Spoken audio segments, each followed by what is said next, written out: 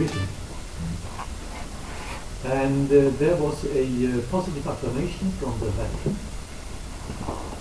I would like to know your opinion about such a law.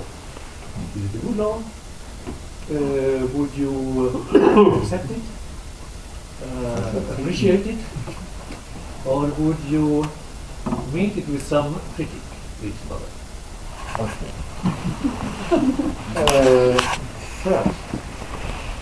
First thing is the church cannot law. The church has not to mingle too much in politics. We have two different fields. And the law, legislative law, cannot be a moral law. That is everybody agree. You cannot put morals in law. The law is a minimum. It's a minimum way of living. But you cannot really put all your moral system. You cannot be oblige people to be altruist. You cannot oblige people. No. So, but it's a minimum. Now, forbidding. I will not speak first as a priest or as a religious. But forbidding officially abortion first means also forbidding medical indication of abortion. If you make a total ban of abortion, which means not only you are going to forbid a convenient abortion, social, but you are also going to forbid the medically indicated abortion. And on this point, I should say, we were speaking about that with Dr. Mauer, Professor Mauer, that there are few cases, but there are when the problem of life of the mother against life of the fetus exists. So that's the first thing. There are some cases where, I'm not going, abortion is permitted, but you have no other way of doing it. So that's one. But this will be covered under the title, of course, when you can treat the mother on Sunday, there is no problem. But when there are some very few cases where really there is no more choice, that's the first point. Second, you have to see the consequence. And there I will be a little bit consequentialist. Consequentialist, I did not spoke about that. But when you do something, you have to look also on the consequences.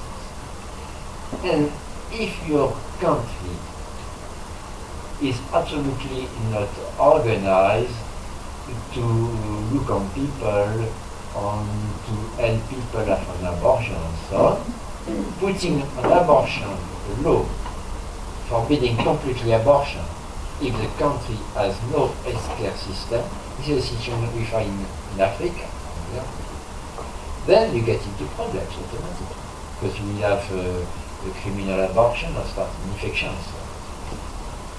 So, what you can do is to try to improve progressively. You start from a state where your abortion is permitted and you try to improve the law. Improve the law in parallel of an improvement in your health care in such a way that you can also help everybody, I would say.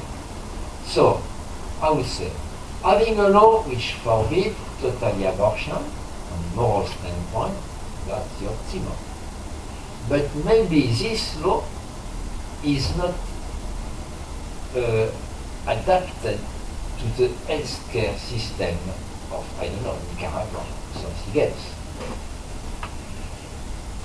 I would say the church will always, otherwise will be finished. If we don't upload to a law forbidding abortion, at least in theory, that will be a problem, because this means that we are not agreeing with the law.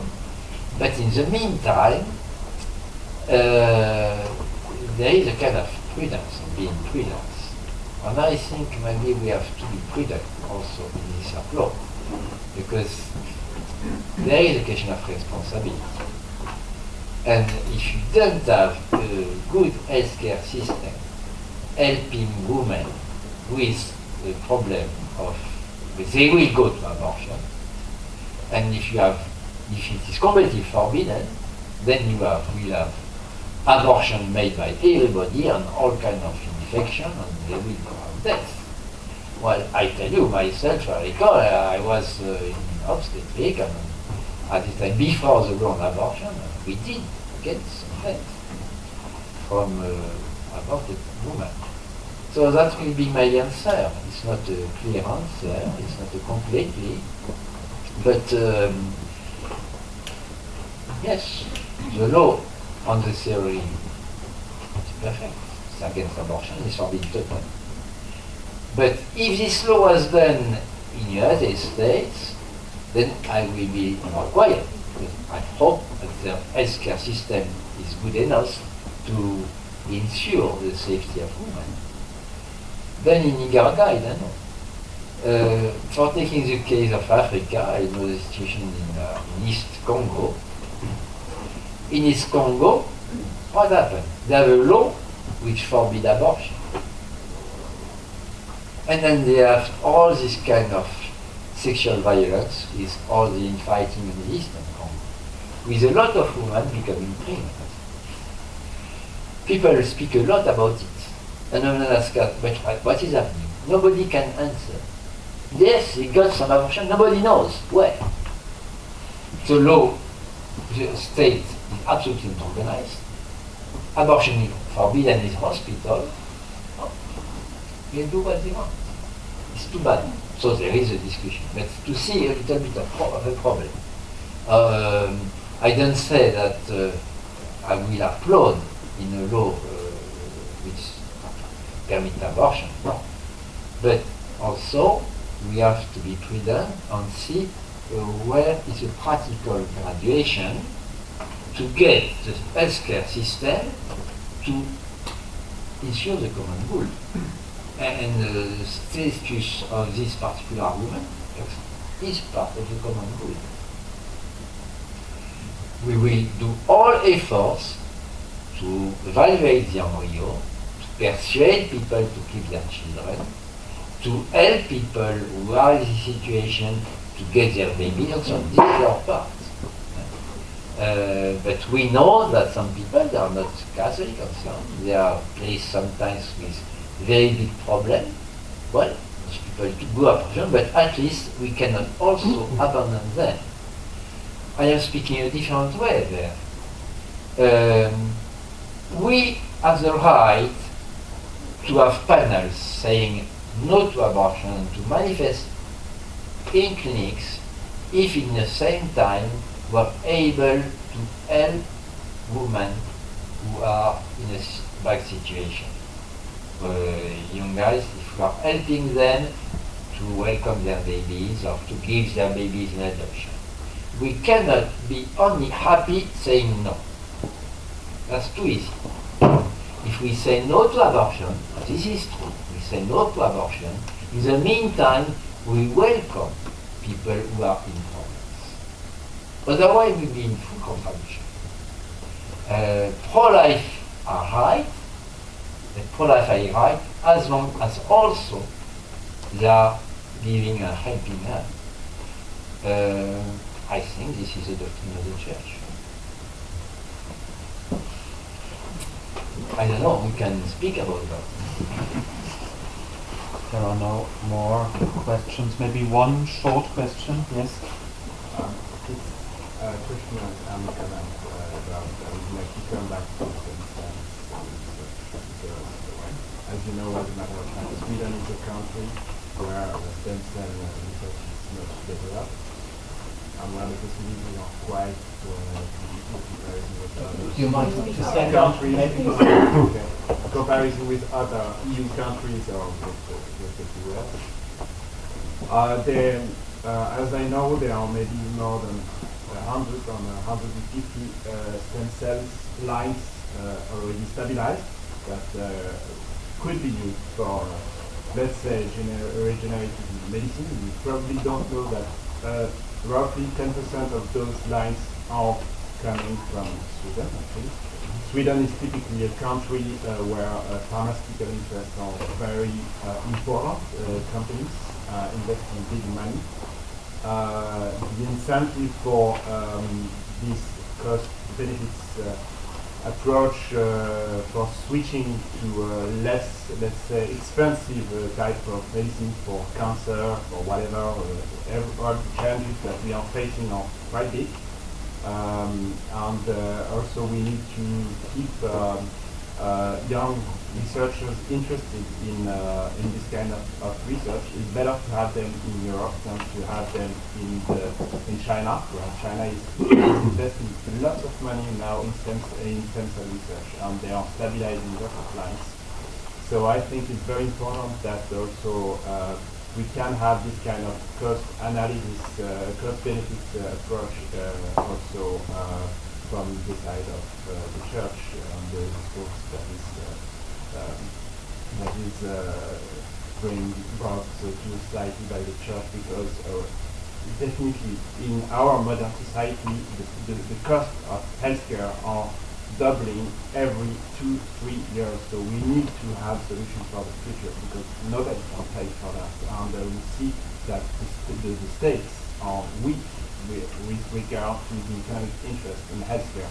As a matter of fact, as you probably know, WHO now has never been so weak, and the big corporations like Bill Gates and whatever that decide for the health policies all over the world. This is not acceptable, because this is not democracy. Okay, thank you for your question. There are different problems that you are raising, different aspects. First, on the moral standpoint, there is a very simple basic law. You cannot do evil for a good aim. That's very simple. If you say that you can do some evil for good, then you are lost. You will justify everything. This is why the argument of the minor malum is very dangerous. You can use it in a very special condition. So that's the basic law. If you transgress this law, you are allowing yourself everything. Germans transgress this. We are always taking the example of Nazi. I tell you, they have good conscience. It was the will of the nation. That's the first answer. Second answer. What is working right now, in these many years, are adult stem cells. They are using patients. We are using cord blood for leukemia. We are saving people with this. Those are working. The embryonic have never been working yet. They never get anything. Why? I tell you the obstacles. Now you have two clinical trials, which have been used. One with the Geron company. They were using neurons derived from embryonic stem cells. You cannot use the embryo directly, you have to use differentiated. So they get neurons from this, on injured spinal cord. They get 2 patients, and finally Geron given. With, say, for economic reasons, Geron stopped this clinical trial, which was so important, and for which Geron has been spending millions of dollars. Stop it. Second trial, which is right now, the question of subretinal injection, or grafting, of pigmentary epithelial cells derived from embryonic stem cells. This is used for Stargardt disease, which is a kind of retinal atrophy of the human, and they will have patients also with dry macular dystrophy of the elderly. This technique, they have published 2 cases in Lancet. It's not surprising, there have been these accidents and so on, but this has already been done with mesenchymal stem cells in animals without destroying any animals and without destroying any embryos, and then we have to say that. There is a big fuss and a lot of lies, because again, what are the cells which now give results are bone marrow, mesenchymal stem cells for blood count, or placenta or others. And they do give results. On the spinal cord, the Chinese result, they are mesenchymal stem cells for bone marrow. They are not embryonic stem cells. We was projecting a meeting on stem cells, which would have been April, and one of our people is an Indian doctor who is treating injured spine lesion with mesenchymal stem cells, and he gets some good results. We are treating multiple sclerosis with mesenchymal stem cells with some good results. So don't give up what is real at hand for something which, for the moment, has not given any result. If the embryonic stem cell give results, then the IPS will give results, and without any ethical problem. This is my word. I believe the embryonic stem cells, if you use them the way I did, will give you results, but the IPS will give the same thing. So why choosing something which is not ethical when you have something ethical? Now, on the question of the economy, on health, this treatment with stem cells will be first for the rich people. You have no illusion about this. It's very expensive. The industry is not interested for the time being. Why? Because it has no place in stem cell business. Well, the whole thing they have is embryonic stem cell line, but nobody is really buying them. They spoke with me. So, because they are not used. And what they would like to have is one cell which could be injected at everybody with the same result. On this you don't have it. So, the system of taking bone marrow, cultivating it, reinjecting, does not interest industry. It will be interested if there was some manipulation somewhere. So, it's true. And that's too bad, because we have to get industry. Otherwise, industry is money. If you want this question of stem cells to be used one day, somehow we have to find industry. And what I was saying about the IPS, they are nice. You can inject to the same patient, but still the idea is to get banks. The banks of a lot of IPS with a lot of tissue HLA, and then somebody of this type will have this disease, then you take. The same thing that we do with cord blood, with many different types. It was the same idea with the embryonic stem cells, get banks. But the idea of one guy giving stem cells, and you take 1 month for this, and you spend $1 million, that's unrealistic. So, for the question of health, which means health for all, then we will have to find out a way of getting universal banks or something. That's the answer. And afterward, something which is very expensive at the beginning, progressively, if really you get industry, the price goes down. That was happening with artificial kidney. Even techniques like artificial hearts become very routine techniques. So I do believe. But we do have to invest in this somehow.